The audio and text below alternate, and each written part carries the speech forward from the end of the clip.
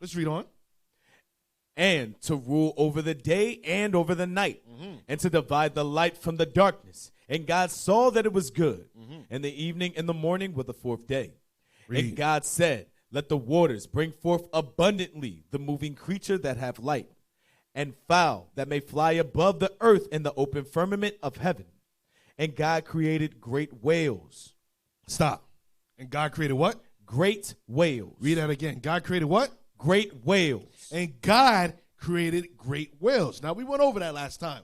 We went over a little bit in depth. We didn't go as much in depth, but God created great whales. Read. And every living creature that moveth. So we went to 2 Ezra 6 last time. The great whales going into your behemoth, as well your Enoch, as well as your Leviathan. Go on.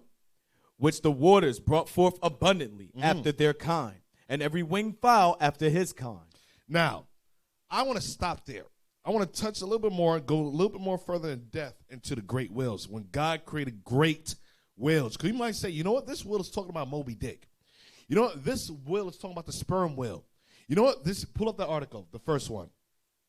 A whale of a tail. You know what, this whale might be talking about the blue, was it blue whale? This whale, this whale might be talking about the orca. God created great whales. All right, let's pull up the article. Now let's go read that.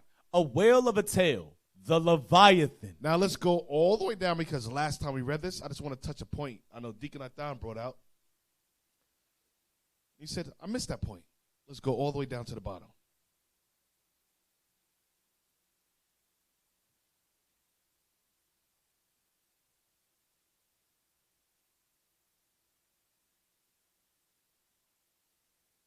Keep going. Keep going. All the way down, all the way down. All right, go up a little bit. Go up, go up, go up. Right there, right there, right there. Read that. Does the Leviathan exist? Yes. Does the Leviathan exist? Yes, it does. You know what? The Bible says it. But you have people who say the Leviathan is a mythological sea creature that fables or that different nations created. No. Leviathan does exist. Read. Even within the 16th century writings of Magnus and Gessner, Leviathan monsters such as devil whales. Leviathan monsters such as devil whales. And God created great whales. Leviathan is a whale. That's why it says God created great whales. Leviathan is within a whale family. Now, when we think about whales, we automatically correlate it to Moby Dick, the sperm whale, the blue whale, the orca. These are the whales that we automatically place them with. Because why? We're not reading in touch with the Bible, but we got to be more in touch with what God says what a whale is. Yes, those are whales, but there's variation of kinds of whales. And we're going to get into that. Read. And pristers are identified as whales. However, are you likely to mistake a whale for an island and try to cook your dinner on it? Is a whale prone to kill a human simply for the fun of it? Probably not. As is the case with all monsters inspired by real animals, limited and sometimes dramatic. Think witnessing a breaching near your boat for the first time or stumbling upon the decomposing corpse of a sperm whale. Contact with these mammals fueled fear and sensationalism, resulting in harrowing tales of great beasts roaming the oceans. Now, let's get the next article. Godzilla.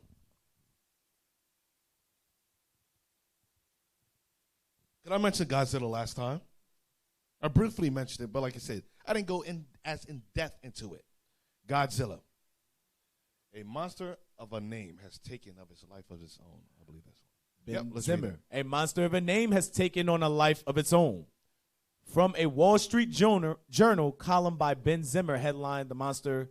Okay, I read that. Godzilla, the prehistoric mega lizard supercharged by nuclear radiation, is stomping its way onto the silver screen yet again. In the 36th installment of the Godzilla franchise, the King of Monsters is taking on its gigantic counterpart, King Kong, Godzilla vs. Kong. The enduring appeal of Godzilla as a pop cultural icon is evident from the creature's name becoming a symbol of gargantuan power, in context far removed from monster movies. When the grounded container ship, the Ever Given, got pulled out of the Suez Canal by supersized tugboats earlier this week, One maritime expert said that the 3,700-ton outguard was the Godzilla of tugboats. Godzilla is an Anglicization of the original Japanese name Gojira. No, Godzilla is an Anglicization name of the Japanese name Gojira. Read. From the 1954 movie in which the monster made its debut. Producers from Toho Studios developed the film under the code name Project G for Giant. Sometime after hiring Ishiro Honda to direct, they hit upon the name Gojira, which blends two Japanese words, Gorira, read. Meaning gorilla, read. And Kujira, meaning what? Meaning whale. Godzilla is a whale. So what do you think Godzilla is? Godzilla's a whale. It's a giant whale. Now, what Esau did or Ammon did was he combined Godzilla or Behemoth with Leviathan. That's why Godzilla travels underwater and it shoots out what? Fire underwater. They say it's radioactive waves. But he shoots out fire underwater, but also goes on land. Or Behemoth. So they combine both Behemoth as well as Behemoth as well as Leviathan together. Go on. The combination conveys the creature's giant size and its provenance in the depths of the ocean, where it was awakened by atomic bomb tests. For the film's American release in 1956, Toho Studios chose to translate the name as Godzilla. The spelling recalled gorilla with the DZ letters sequenced intended to represent the J sound in the original Japanese. Go down. Let me see something. 1 second. Take your time. That's it on it.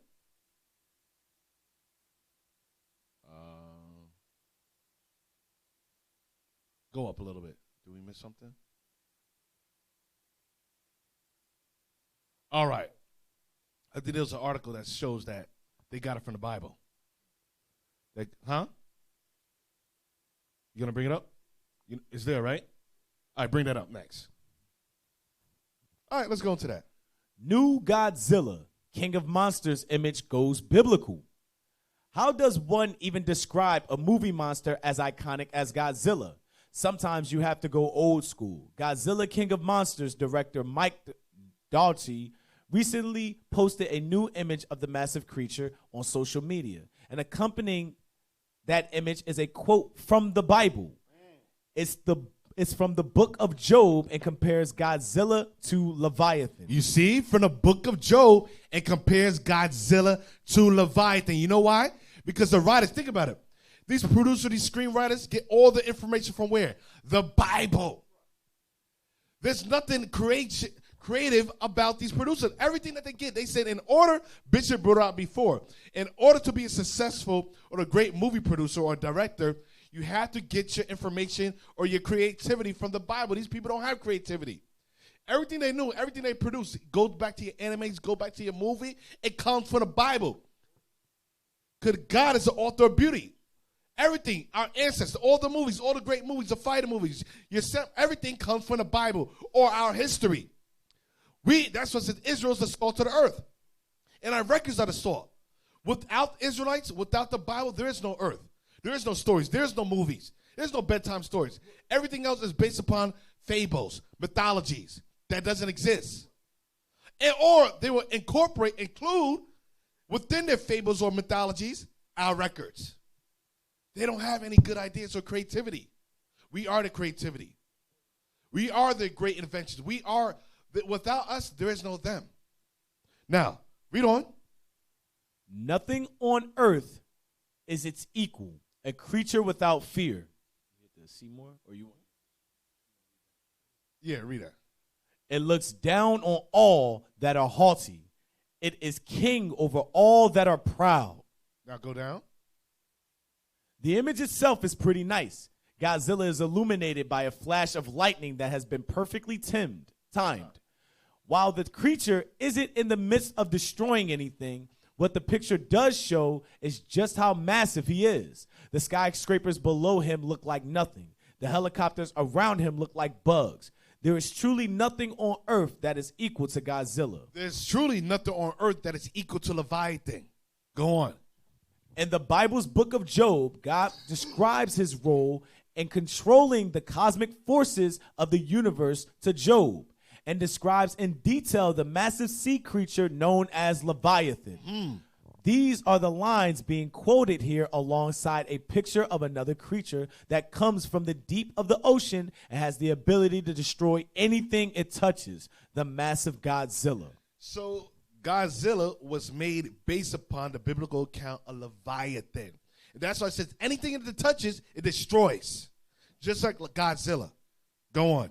Of course, while Godzilla may be a creature of biblical proportions, May be a creature of, why does it say biblical proportions? Because they understand, they know through history, through the records, through the maps, that Leviathan is humongous. Notice how they always say biblical proportions. They made Godzilla based upon how big Leviathan is. In comparison to Leviathan, everything looks like just a grasshopper. The helicopters, the ships, everything's tiny in comparison to how big Godzilla is. Go on. I mean, how big Leviathan is. Go on. of course, while Godzilla... That's it. That's all I want on that. All right. Now, let's get Sirach chapter 43, verse 24.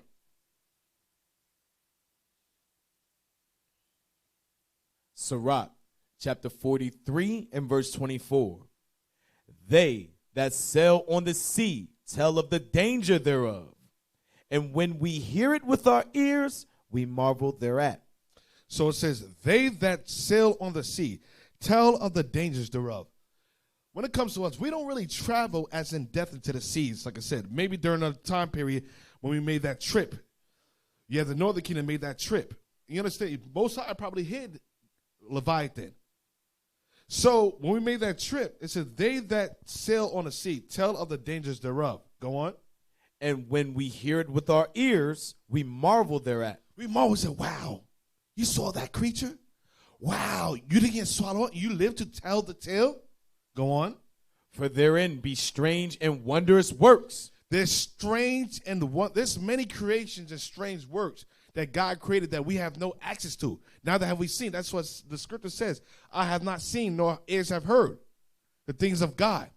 So we don't even have a clue of some of the creations. Esau believes within his mind that he's discovered every type of creature, but no. I talked about it last time, even when they went into the Congo. Within 5 minutes period of time, they said they discovered many new creatures they'd never seen before. There's depths of the ocean that Esau can't even travel because of, what is it called again? The pressure. There's something called... Test depth. Sea pressure. The sea pressure, the test depth, you said? The test depth.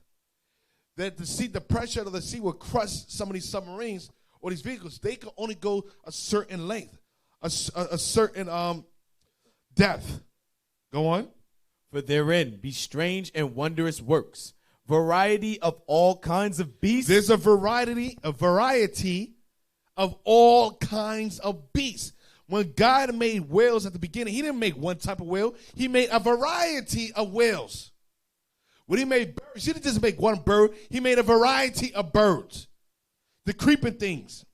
Things just want to just make two and twos. No, Most High made a variety after this kind. That's why they have different kinds going into now. As we push forward in the lesson, we're going to go into Darwinism and the theory of evolution. Because they will say that everything evolves from a single organism. And evolving from an organism, evolving to the shell, evolving into a fish, a lizard, going to this on land, evolving into amphibian, evolving into, it keeps on going. But no, the Most High said he made a variety of different kinds. Not one thing was just created and it's kept on evolving. It makes no sense. Go on. Variety of all kinds of beasts and whales created. All kinds of beasts, or a variety of all kinds of beasts, and what? And whales. And a variety of whales created. Leviathan was a variety of a whale created. Actually, Deacon Athan brought out the Godzilla, the Godzilla part. All right. Thank you, Deacon. Appreciate it.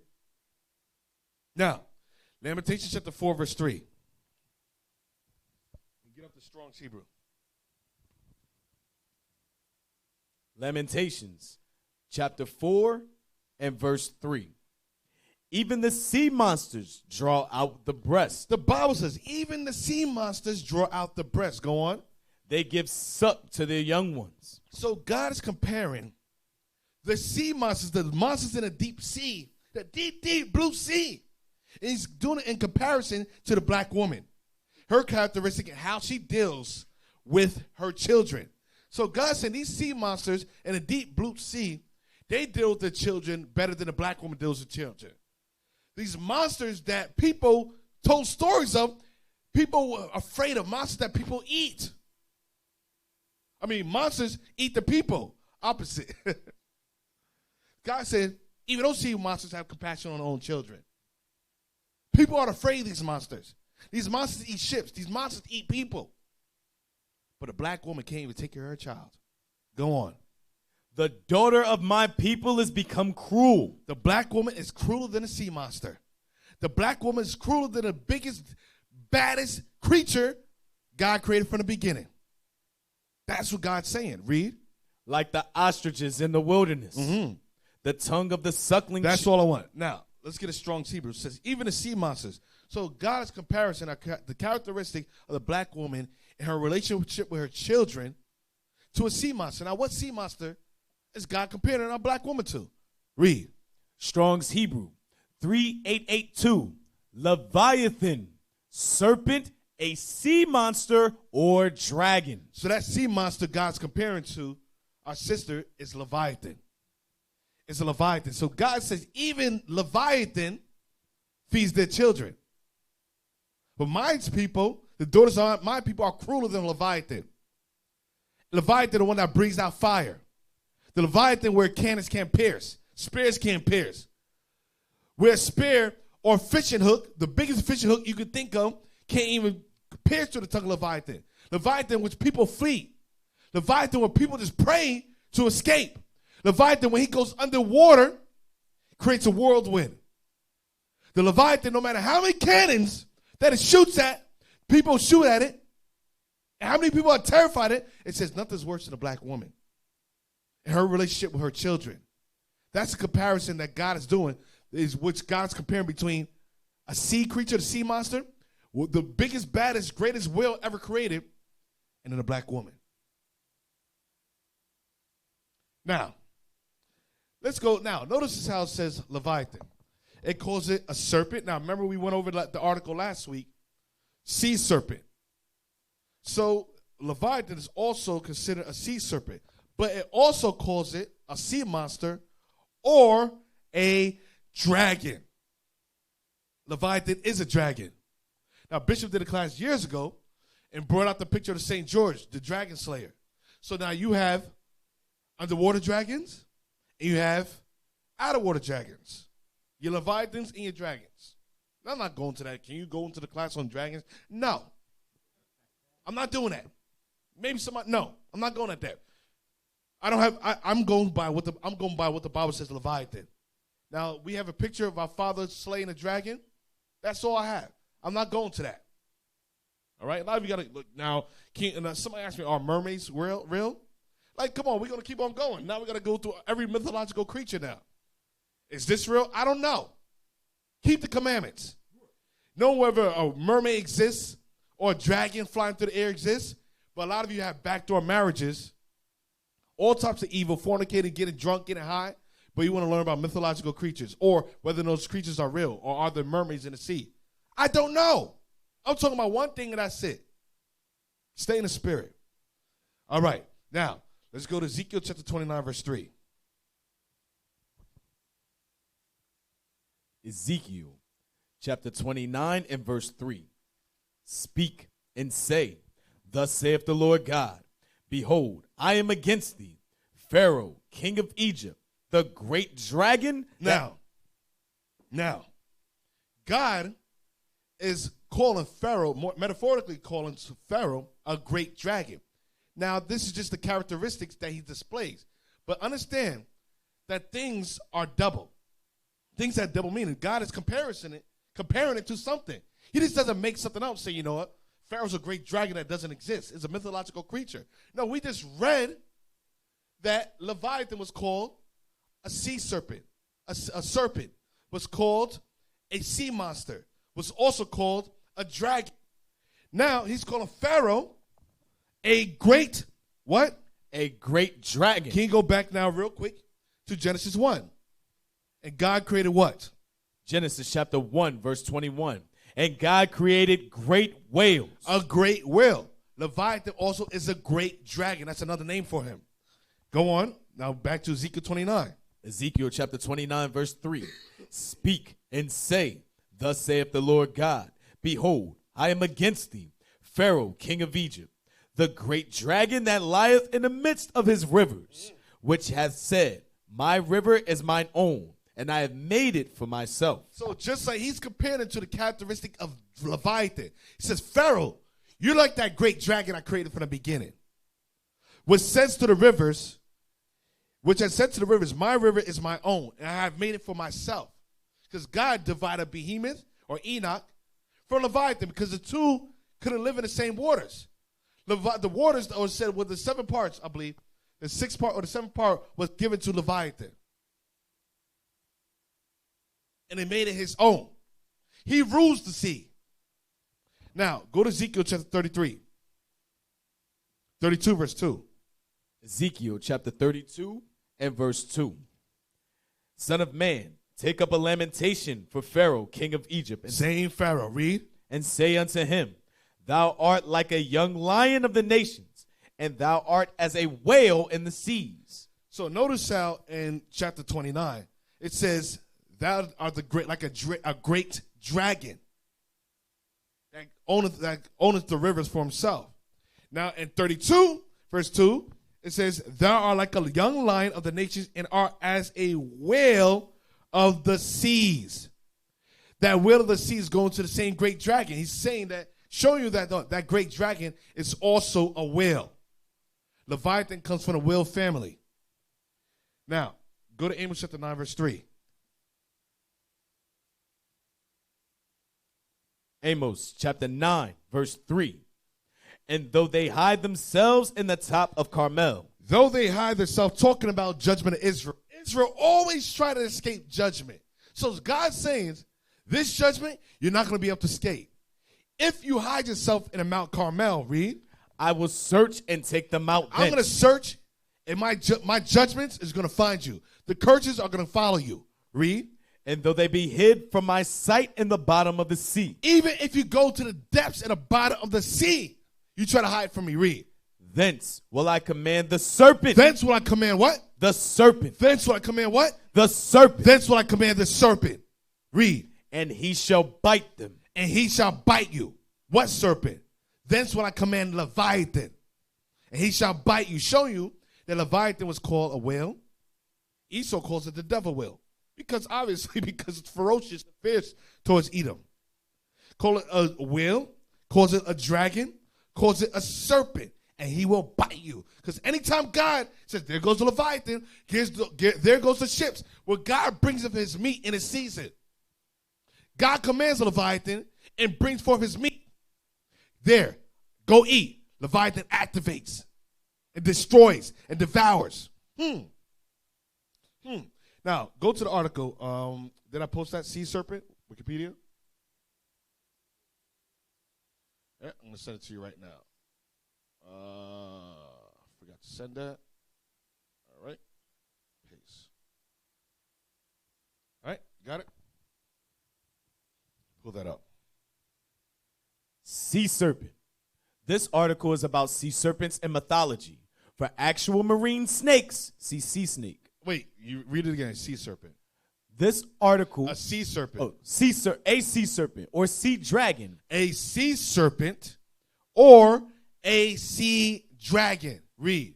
Is a type of dragon sea monster. That's what we just read. It's a type of dragon or sea monster. Read. Described in various mythologies, most notably Mesopotamian, Judeo-Christian, Leviathan, Greek. Judeo-Christian, Leviathan. So a sea serpent or a sea dragon is also Leviathan. Now go down.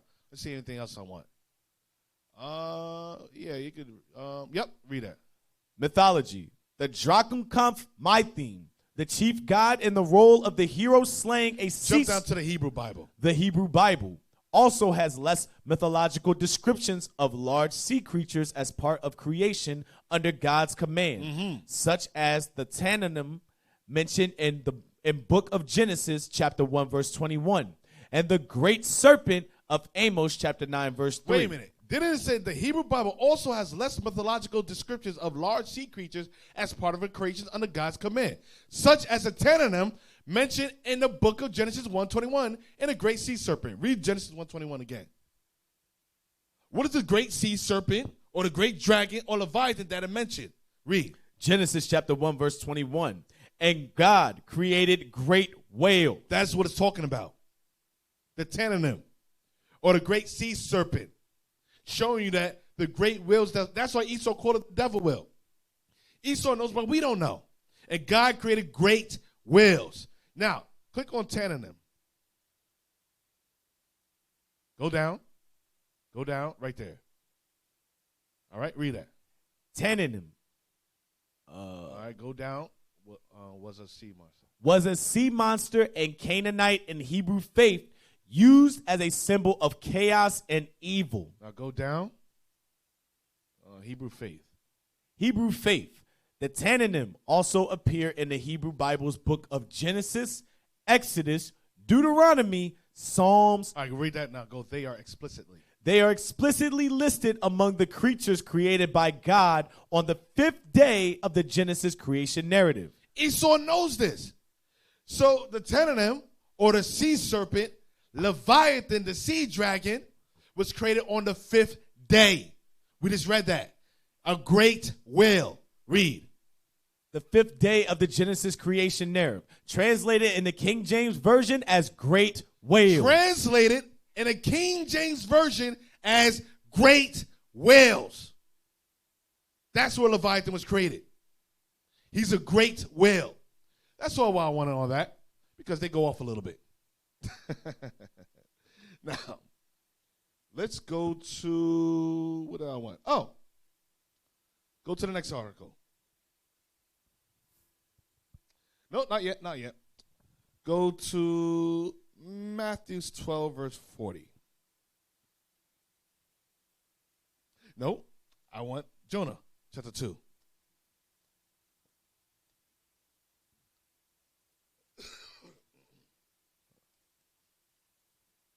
You got that? Yes, sir. Jonah, chapter 2 and verse 1. Start of Jonah, chapter, I think, 1 verse 15. Jonah, chapter 1, verse 15. So they took up Jonah and cast him forth into the sea, and the sea ceased from her raging. Then the men feared the Lord exceedingly and offered a sacrifice unto the Lord and made vows. Mm-hmm. Now the Lord had prepared a great fish to swallow up Jonah. And the Lord prepared a great fish, a great whale, a great fish. Go on. To swallow up Jonah. And Jonah was in the belly of the fish 3 days and 3 nights. Now, check this out. Give me the article going to let's see, where do I want to go to? The book, let's see, where is it? Going into Jonah. Did I send you a document going into Jonah? No. I want the champion of our faith. With Jonah? Yeah, pull that up. Now, this is a big argument the conscious community have, as well as scientists also have, concerning Jonah and a great fish. They say it's impossible. We're going to get to it. Just pull up the articles next, but we're going to get into it. They say that it's impossible for a whale to have swallowed up a man. The whale's mouth, the circumference of a whale's mouth, not able to swallow a man whole or keep him there alive for 3 days. So they said it's based upon mythology. You heard a couple of years ago when the conscious community was going against the Israelites, the black Hebrew Israelites, when they was arguing back and forth, they say, you see, Jonah, it's impossible for a whale to swallow Jonah. The circumference of a whale's mouth is not big enough, and you can't fit, a man cannot survive in the belly of a whale. It's not big enough to hold a human being. Read on. I want you to keep that in mind. Go on. Chapter 2. Then Jonah prayed unto the Lord his God out of the fish's belly, and said, I cried by reason of mine affliction unto the Lord, and he heard me. Out of the belly of hell cried I, and thou heardest my voice. Out of the belly of hell cried I. Read. And thou heardest my voice. For thou hadst cast me into this deep, in the midst of the seas, and the floods compassed me about. All thy billows and thy waves passed over. Notice as the floods passed him about. He had to be in the whale's belly. It has to be a lot of space for the floods to pass him about. Go on. Then I said, Think about it. He's sitting up. He's in the whale's belly. Or if it's a whale as big, a whale is big, but the belly's not as big enough to keep a person there for that long period of time without the waters drowning him. They try to do in Pinocchio, Pinocchio in the belly surviving and what is it? Creating a campfire in there. Go on.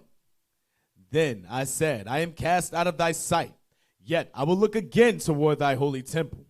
The waters compassed me about, even to the soul. The depth closed me round about. The weeds were wrapped about my head. I went down to the bottoms of the mountains. The earth with her bars was about me forever. Yet hast thou brought up my life from corruption, O Lord my God. When my soul fainted within me, I remembered the Lord, and my prayer came in unto thee, into thine holy temple. They that observe lying vanities forsake their own mercy. But I will sacrifice unto thee with the voice of thanksgiving. I will pay that I have vowed. Salvation is of the Lord. And the Lord spake unto the fish, and it vomited out Jonah upon the dry land. The Lord commanded a fish, and it vomited Jonah out on the dry land. Now, let's go to Matthew chapter 12, verse 40. Matthew chapter 12, verse 40. For as Jonas was 3 days and 3 nights in the whale's belly. So, in Jonah chapter 2, it says he was in a great fish belly. In Jonah chapter 12, Matthew chapter 12, verse 40, it says 3 days and 3 nights in the whale's belly. Go on. So shall the Son of Man be 3 days and 3 nights in the heart of the earth. Now pull up the article. Not the article. Pull up the book.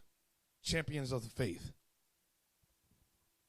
So this is the argument. Scientists as well as Egyptologists or the conscious community argued, saying that it's impossible for a whale to swallow a man and for the man to survive within a whale's body for 3 days. Read it. The book of Jonah. Search and look, for out of Galilee ariseth no prophet. Such was the declaration of the Pharisees to Nicodemus. Whether now let's go down. Let me see something. Go down.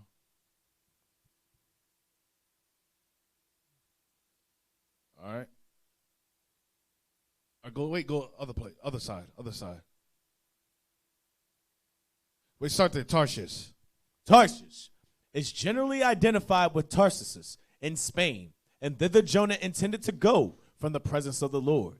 Here, the secularists, holding the tradition of the unbelievers, finds fault that a God who is everywhere cannot be fled from. And so the narrative is said to be unworthy of belief. But surely the Bible may be tolerated in the use of technical language. Go on. Now, okay, let's go to the other side. Go up. Up. Right there. Okay, go down a little bit. Come on. Faster.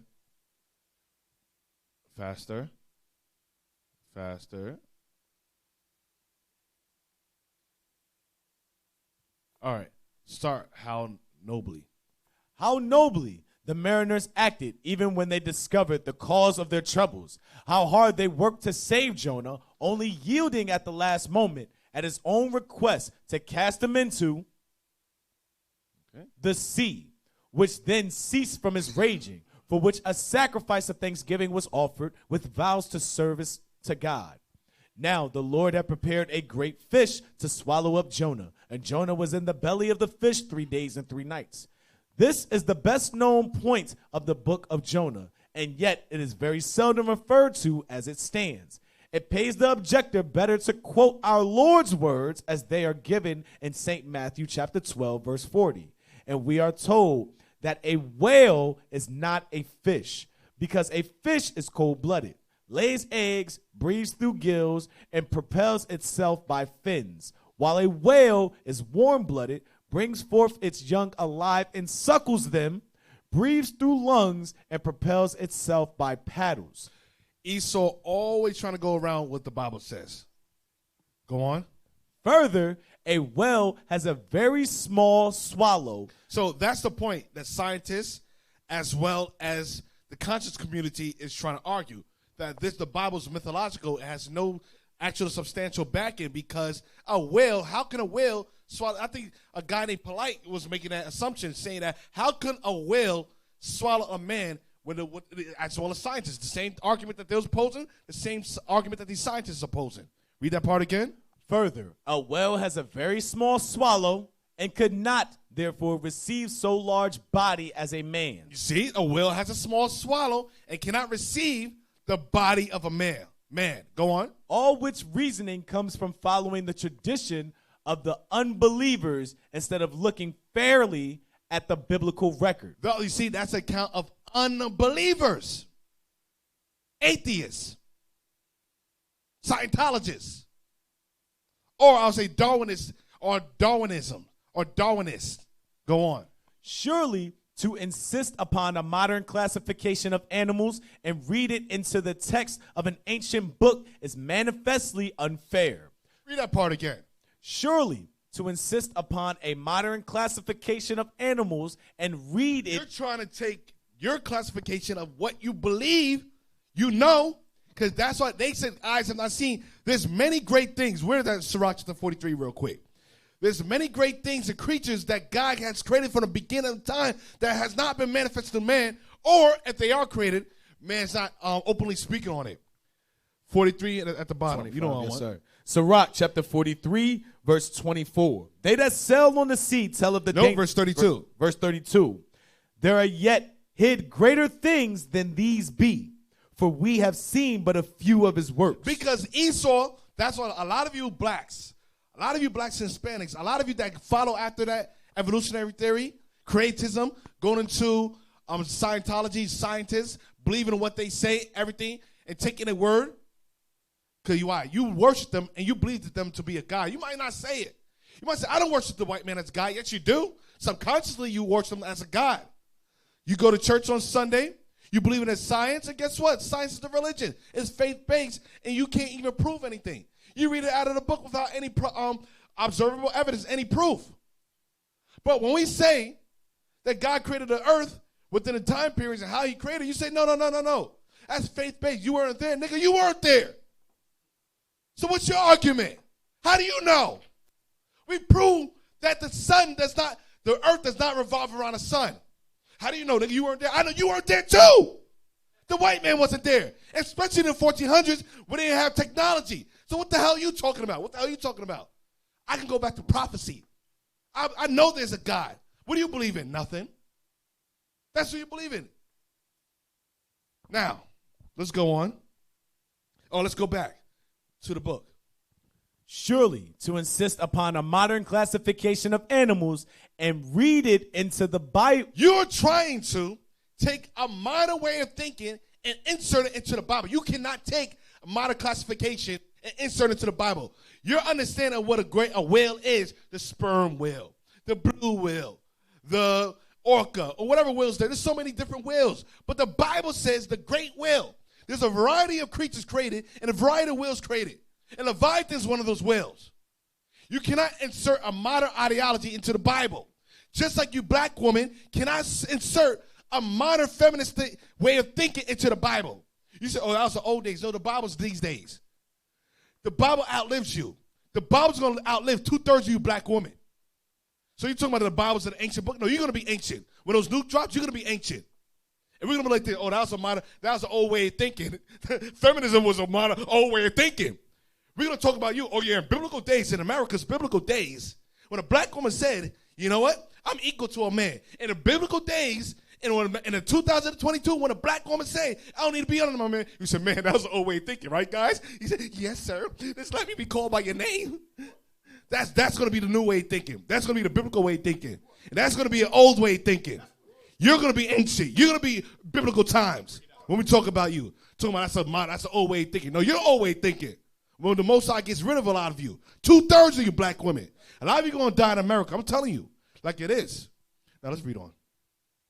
Surely, to insist upon a modern classification of animals and read it into the text of an ancient book is manifestly unfair. Besides, the word whale only has the English version of the New Testament to support it. It is true the Revised New Testament retains it, but places in the margin sea monster. Places what? In the margin, sea monster. Places in the margin, sea monster. Can you give me the next one? Bible Hub. Did I give you that? So places in a margin, sea monster. Where whale is there, it places in a margin, sea monster. Let's get that. Got it? Let's read the King James. King James, for as Jonas was 3 days and 3 nights in the whale's belly, so shall the Son of Man be 3 days and 3 nights in the heart of the earth. Go down. Let's go to the different translation. Go down. Come on. Go to NASB 1995. NASB 1995. For just as Jonah was 3 days and 3 nights in the belly of the sea monster, so will the Son of Man be 3 days and 3 nights. So why does some translation have sea monster? Now, like I said, we don't always take a lot of these translations for word because Esau likes to change things up. They like to take color out the Bible. But some things, like I said, we'll look into it and say, okay, why does the translation say sea monster? What's behind it? And can you back this up? Is there any evidence of what they're the claim that they're trying to substantiate? All right, so right here, this translation says sea monster. And other, like I said, the author of the article is trying to bring up the point that, like I said, whale is part of the English translation, but it has sea monster right next to it. Now, let's go back to the article. Yep.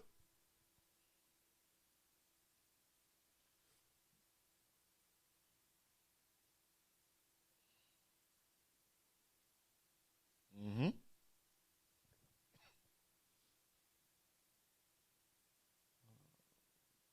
Sea monster. It is in the true revised. Okay, right there. Start from the first sentence. No, not up there. Not up there, go down. Yeah, right there. Start there. It is true. It is true. The revised New Testament retains it, but places in the margin sea monster. And the wonder is that this marginal rendering was not placed in the text instead of being relegated to a secondary position, as if whale were a preferable translation of the Greek ketos, whereas whale is only the latter meaning. So they're saying that whale, the original translation in the Greek is ketos, and whale is a latter meaning. Go on. And if we reflect that in common phraseology, a fish is any inhabitant of the ocean, we shall see that the use of that word in the book of Jonah by no means tells us clearly what kind of sea monster it was that Jehovah prepared. So they're saying that you see great fish, you're thinking that Jonah, like Dorca, or what her name, Dora, the explorer. That's what you think about. You think about great fish. You think about Dora the explorer. What's the other fish? Nemo. That's what you're thinking about. Your mind is on Christianity. You think about Dory, and Nemo. You think about finding Nemo. You think Nemo swallowed Jonah. That's what you're thinking about. That's as far as a black mind goes. Nemo and Dory. I swallowed Jonah. That's why as far as a Negro mind goes. Because Negro don't read. And we can get no more meaning out of the Greek ketos in this place than we can out of the Hebrew dag. Is that dog or dag? Dag. Of course, dag, of which ketos is the Septuagint version. Septuagint version is the translation. Of course, it may be urged. So ketos is a Septuagint version, meaning the original Greek translation was a Septuagint. The word was ketos. Go on. Of course, it may be urged that the Septuagint might have used the common Greek word for fish, ichthys, instead of ketos. But in candor, it must be granted, I think, that we do not know what kind of animal it was. You don't know. We know. Now, let's go to the next article. Let's go to the next article. Jonah.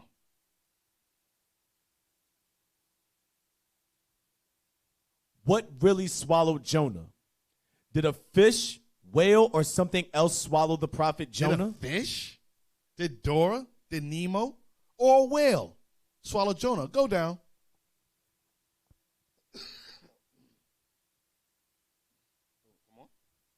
You want me to just read? Although knowing the animal's exact identity is not necessary to understand the Jonah passages, its proper identification would add an element of historicity to the prophet's traumatic experiences.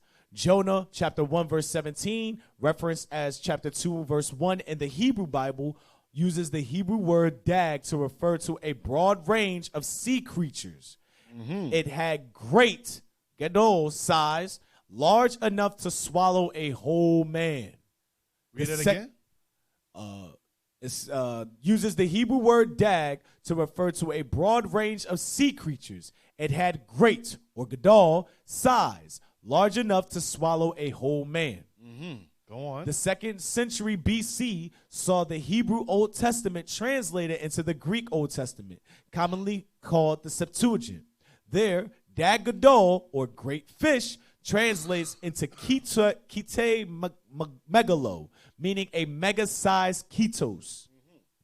Jesus said, "For as Jonah was 3 days and 3 nights in the belly of the ketos, so will the Son of Man be 3 days and 3 nights in the heart of the earth." Was Jonah swallowed by a now extinct marine reptile? Ancient writers, including New Testament authors, use specific words for specific creatures. Why did Matthew's gospel not use the common words for fish, shark, or whale? Matthew's 12 and 40 was not unmistaken. It was not mistaken. You know why? Because a whale, a great whale, also we're going to go into it. It was a mistaken translation. We know what they mean. You guys don't understand what it means. Yes, it might be said because we don't want to get too far involved in the translation because you might start doing that with every word. No, whale is there purposely. Whale is there, and it means what it means. But we're not going to go into the Greek, so the Greek means this. No, we're just showing you that the original Septuagint version means ketos. They had another word for it. Whale's there for a reason. It still means the same meaning. Go on. Cooper identified an array of sources from outside the Bible that pinpoint the ketos as a sea dragon. Cooper identified an array of sources from outside the Bible that pinpoint the ketos as a sea dragon. Cooper is saying that whale right there is really a sea dragon. It's not the whale that modern scholars or modern way of thinking is putting and thinking about the sperm whale. That's what you're thinking when you see whale. That a great whale or great fish swallowed Jonah. That's our mindset. Go on. A ponderous weight of historical evidence shows those who best knew the Mediterranean Sea consistently used ketos to mean a sea serpent. So those that understood the Mediterranean Sea, they used ketos as sea serpents. So we understand things that we think today, we don't think the same back then. A lot of things like back then. We didn't walk around saying Christ is black because everybody knew Christ was black. We didn't walk around saying that, that's Joseph, that's Christ. No, we understood that Christ had a father. That's in the Matthews. But now it said Christ didn't have a father. Christ was born of an angel. That's a modern way of thinking. A lot of things that we knew back then, we don't know today. A lot of things that was common back then is not common today. Because we've been destroyed for a lack of knowledge. And now we're getting back bits and pieces. In part, the Most High is giving us by measure, some of the information back. And this is only a small, extremely small portion because we only know this much in comparison to the knowledge of God. We only understand an extremely small portion. Go on. Cooper wrote, the ketos, the dog-headed sea dragon, appears in accounts from CA. Now, let's go down now.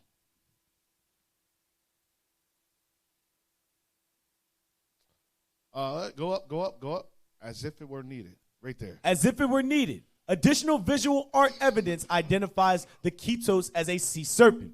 Artists in Rome, Africa, Turkey, Asia, and England painted, carved, and modeled the ketos with consistent anatomy. Again and again, they depicted its dog-like head with prominent teeth and plume-like flaps or frills above the head and neck. They also consistently rendered its huge body as slender and often coiled. Go on. The authenticity of the Book of Jonah describes a first-century painting from a Roman catacomb showing Jonah being thrown to a sea monster. This Ketos had a dog-like head and a flexible neck. Numerous artifacts show a similar animal, including tile mosaics, wood, stone, ivory carvings, and even coins. The Ketos look like nothing common today. But that does not mean marine reptiles were not common in the past. After all, both the books of Job and Psalms refer to the large sea reptile Leviathan. We're getting somewhere. We're getting somewhere. Get me Jeremiah 51, verse 34.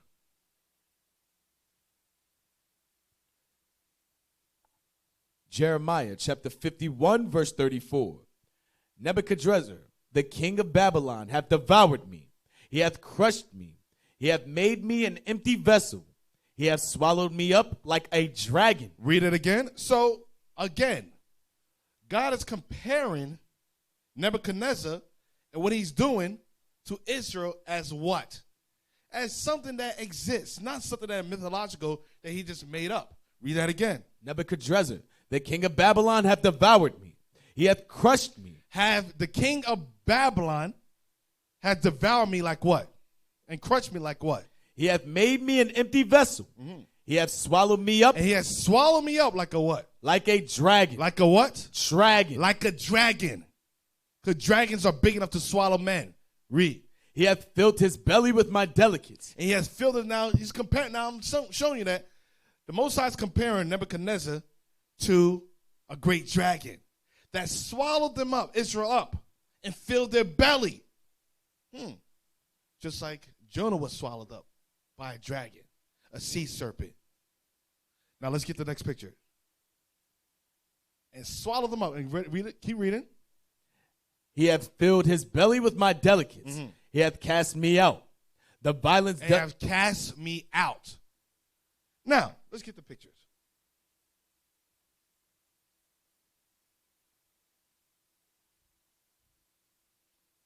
Let's get this first image.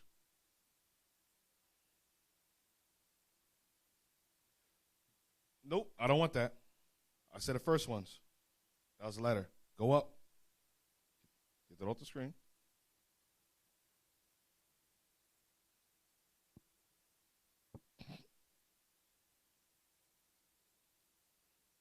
Get the book, The Early Christians, Catacombs. Let's read that. Enlarge it. The semicircular compartments Larger. at the ends of the arms of the cross, called lunettes, tell the Old Testament story of Jonah and the sea monster, Jonah chapter 1 and chapter 2, in which God caused Jonah to be thrown overboard in a storm, swallowed by a monster, and released, repentant and unscathed 3 days later. This story was reinterpreted by Christians as a parable of Christ's death and resurrection, and hence of the everlasting life. So what do you see? Enlarge that picture right there. Go up, enlarge it. That's Jonah on a ship, jump over, being thrown overboard. And what color is he? What color is he? Black, brown. He's black. What does he have? An afro. You look at the picture to the left. And what's in the water right there? That's a Leviathan. Waiting for Jonah. Now let's go to the right picture. Let's enlarge the right picture. Oh, what is that? Is that a whale? Does that look like your typical sperm whale? No, that's a great whale called Leviathan. And look at what color is Jonah? Black. What kind of hair does he have? A fro. That's a black man. Our ancestors knew that was very common during that time period. What swallowed Jonah? It wasn't a sperm whale, your blue whale or orca. No, it was a Leviathan swallowed Jonah. Look at it. The great sea dragon, the great serpent, the great whale. Or you want to call it the great fish. Leviathan. Let's go to the next one.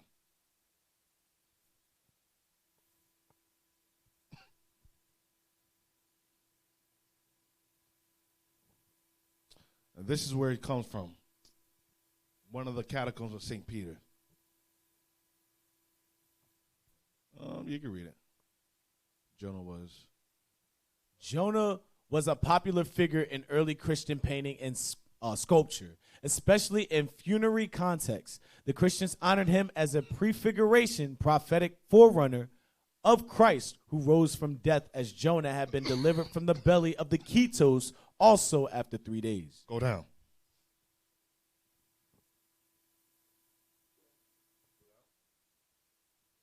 Right there.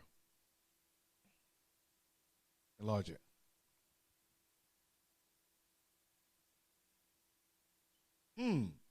What is that? Shows you. Jonah, if you look at the left, Jonah's being thrown overboard into the ocean, and it's being swallowed by what? Leviathan. You see the mouth right there? Being swallowed by a Leviathan, and after 3 days and 3 nights, look on the other side.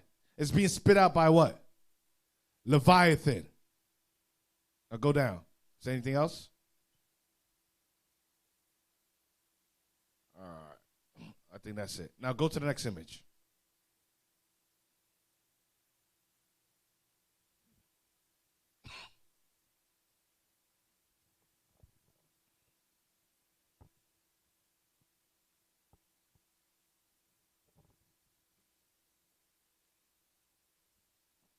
Come on.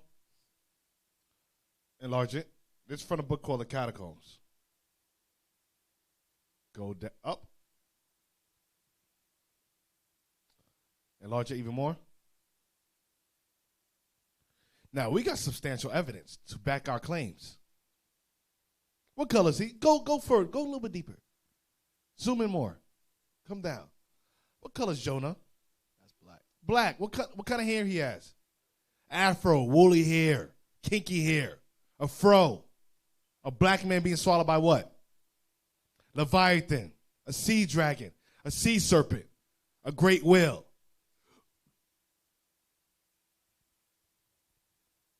Now, this book is from, is that the catacomb? Yeah, this book's from the catacomb, the unknown catacomb.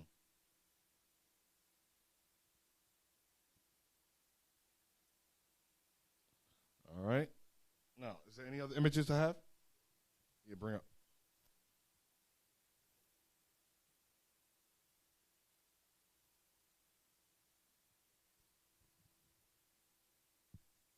Enlarge it.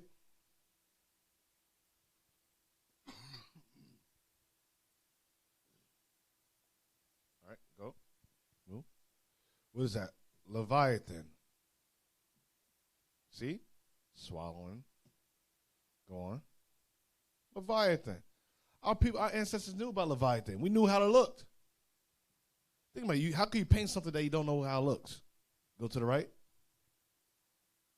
Jonah again. You see the story of Jonah. Him being thrown overboard to the sea dragon or Leviathan.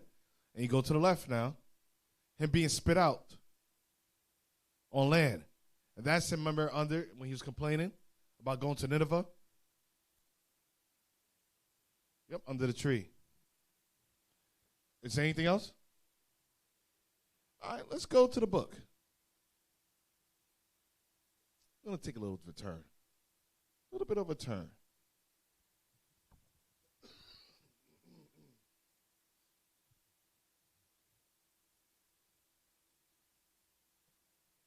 You can mention the book, the first book I'm bringing out.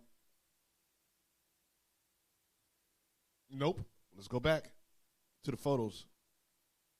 The actual book. No images. You do the first book cover, and then let's go into the book. The most mysterious place on earth, I believe.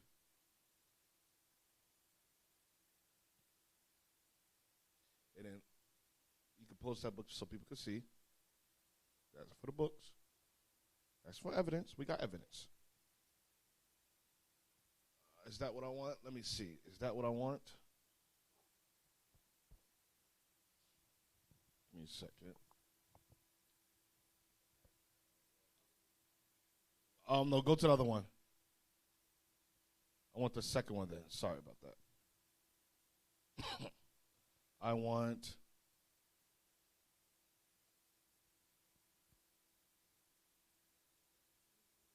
Yeah, that one. Yep, that one. Which book is that?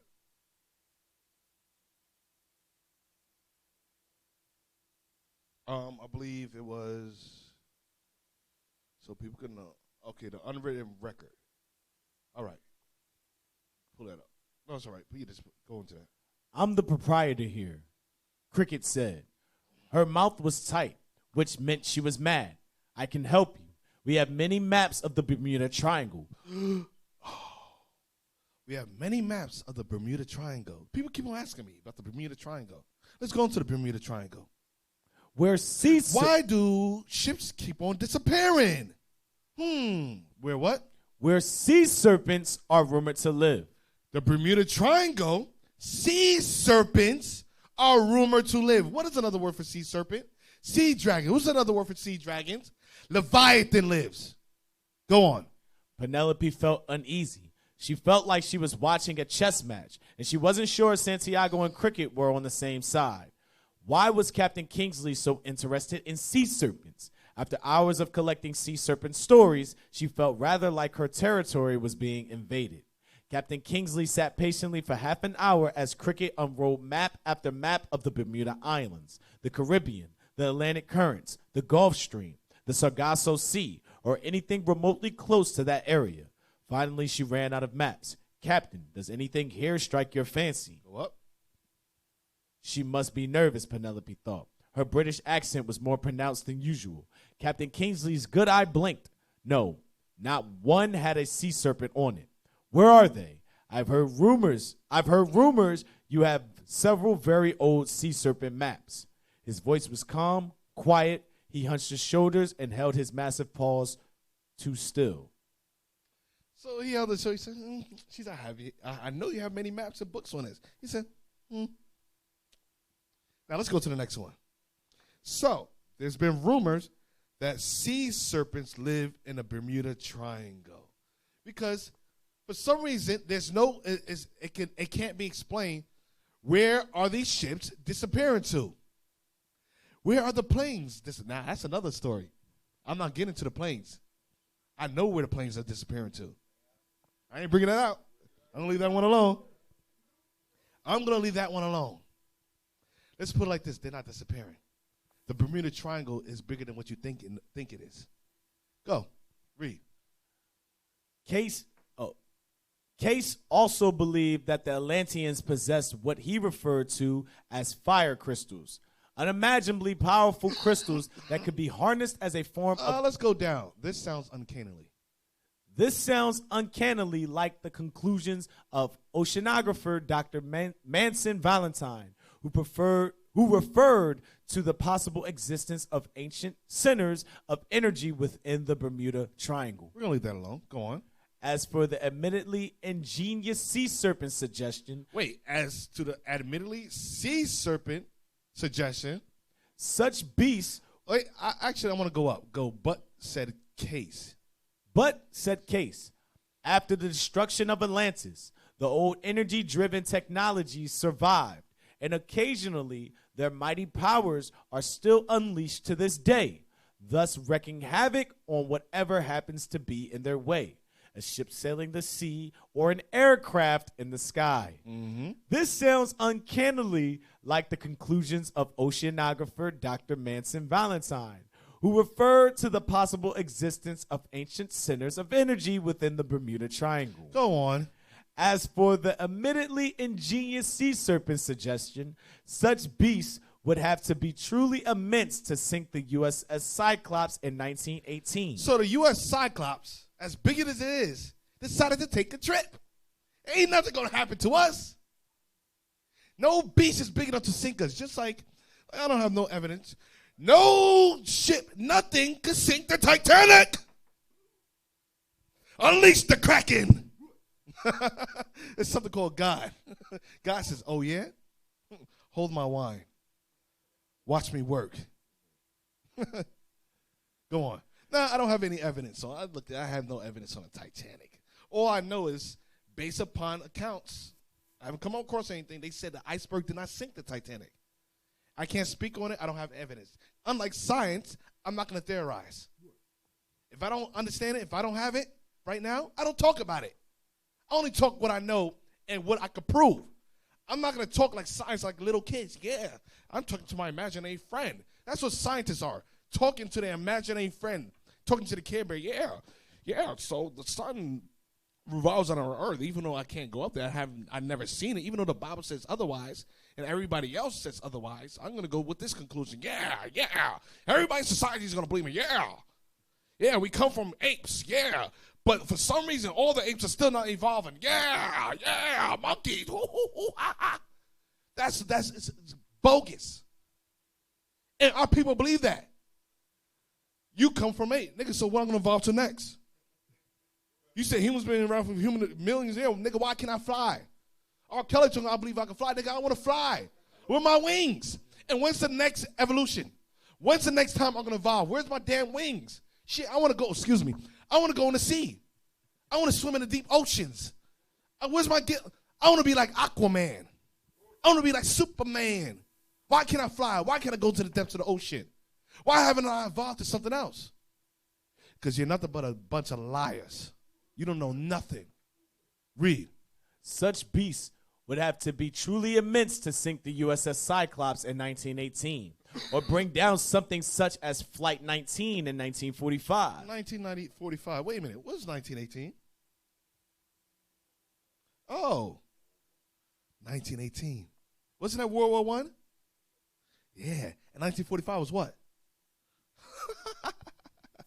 I'm going to leave that there. Go on. But maybe we should not rush to judgment quite so fast. On this very matter, it is worth noting that as now declassified official British Admiralty files reveal, in December 1857, the crew of the 1,063-ton ship, the Castilian, sighted near the Atlantic island of St. Helena. Wait, didn't we read in the last book that the majority of Leviathans been spotted where? In the Atlantic Ocean. Where's the Bermuda Triangle? In the Atlantic Ocean. Go on. St. Helena, what was described by the ship's captain, George Henry Harrington, and his crew as a Leviathan of the deep in excess. Wait. Read it again. George Henry Harrington and his crew as a Leviathan of the deep in excess of an amazing 500 feet or 152 meters in length. A sea serpent type beast of such mammoth. Wait. Go back. Go on. A sea serpent. Go back. George Henry. George Henry Harrington and his crew as a Leviathan of the deep. As a Leviathan in the deep. In excess of an amazing 500 feet, 152 meters in length. A sea serpent type beast of such. Whoa. A sea serpent type. Look how big it is. Read. Goddamn. Yo, I'm telling you. If I was Jonah, man, I would have died. I'm like, you know what? Instead of, I'm like, Jonah, listen, I understand Jonah got weak at that time, but if I would have saw Leviathan that big, I would have got weaker. I would like this. Dead. Bro, I would have died. I was like, Father, take the ghost. Take me up. That's it. I would have given up my life. And the Lord be like this. Nope. I'm like this. I've been trying to die, and the Most High said, nope, bring him back alive. Bring him back alive. Bring him back alive. Bring him back alive. I just saw him. Bring him back to life. I'm like this, going back and forth. Go on.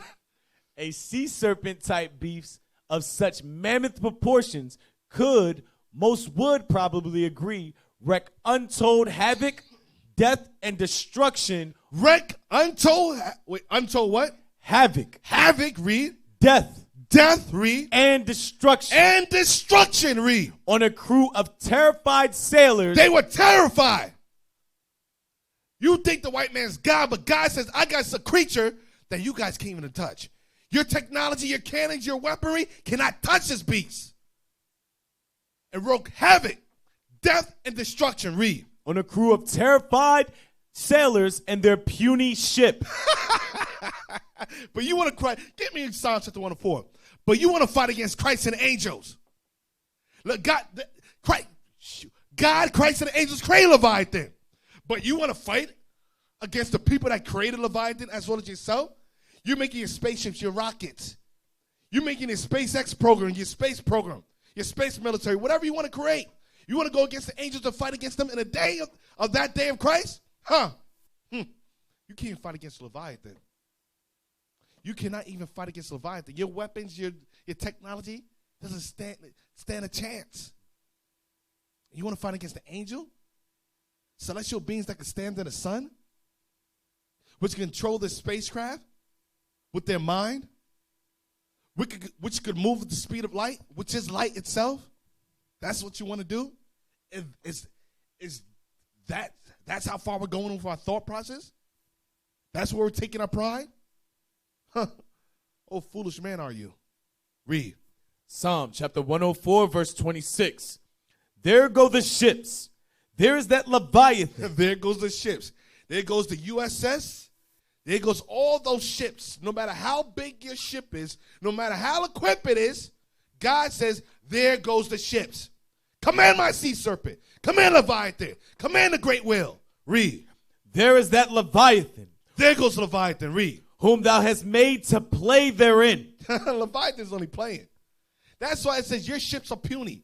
Leviathan sees a ship. God says, God is like a father. Leviathan's like a child. God says, here's some toys. I bought some for you. Go play in your toy chest. Leviathan's like this. Yes, Father. Oh, there goes a toy. A wooden toy. Oh, there goes a metal toy. Let me wrap around this metal toy and crush it and eat everything on it. That's how Leviathan plays. There goes the ship, Reed. There is that Leviathan. There's that Leviathan. Don't go to the Bermuda Triangle. You don't belong there. That has nothing to do with you. I'm going to leave it at that. Don't go there anymore. Don't fly your planes over it. Don't bring your ships there. Because if you do, give me Amos chapter 9. This is what God's going to do. Amos chapter 9, verse 3. And though they hide themselves in the top of Carmel, I will search and take them out thence. And they that be hid from my sight in the bottom of the sea, thence will I command the serpent, and he shall bite them. Every time you go in certain areas, God's going to command a serpent and bite you. Stay away. Stay out. Do not inhabit. Do not cross. You think that you could just walk around and claim everything for yourself. But no, God says, no. I give you power over the world. But in certain parts of the world, you're not going to touch. That moon, don't come back. Don't come back to the moon. Don't come back to the Bermuda Triangle. Don't touch it. Don't fly over Amelia Earhart. Yeah. You didn't get lost. You was misplaced. You didn't get lost. You didn't fly in the clouds. No. You were taken away. I'll leave it at that. Now, where were we? Go back to the article.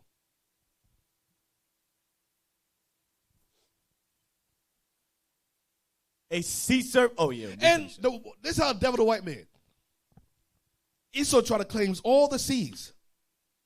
You're so lifted up and prideful, you try to claim all the lands for yourself. Go into the Congo. Go into the depths of the rainforest. Claim that. Claim all the seas. Claim that. God has some friends for you to play with. Go to Africa. Claim you want to claim. You want to colonize everything. You're so puffed up. See if your technology works. See if your lasers works on these creatures. See how far you can go. No matter what you create, God says there's nothing you can do. There's nothing you can do about this creature. Even with all the technology God told Satan to give to you, that technology can't go against some of these beasts God created. He says, I'm going to create a beast that you can't. Your technology is not going to work. Go on. Whether due to marauding monsters, ancient energy sources built by the people of now extinct Atlantis, or extraterrestrial kidnappers from the stars, the collective events... I'll leave it at that. Go on. Go on. The collective events in question ensure the legend of the Bermuda Triangle lives on, even if, unfortunately, many of those that have traveled its waters and skies have not done likewise. Mm-hmm. Now, with the mysteries of the Bermuda Triangle described and dissected, it's time for a complete change of track as we take a transatlantic trip to the steep and sinister slopes of a certain mysterious mountain range in North Wales, where equally weird but very different things lurk.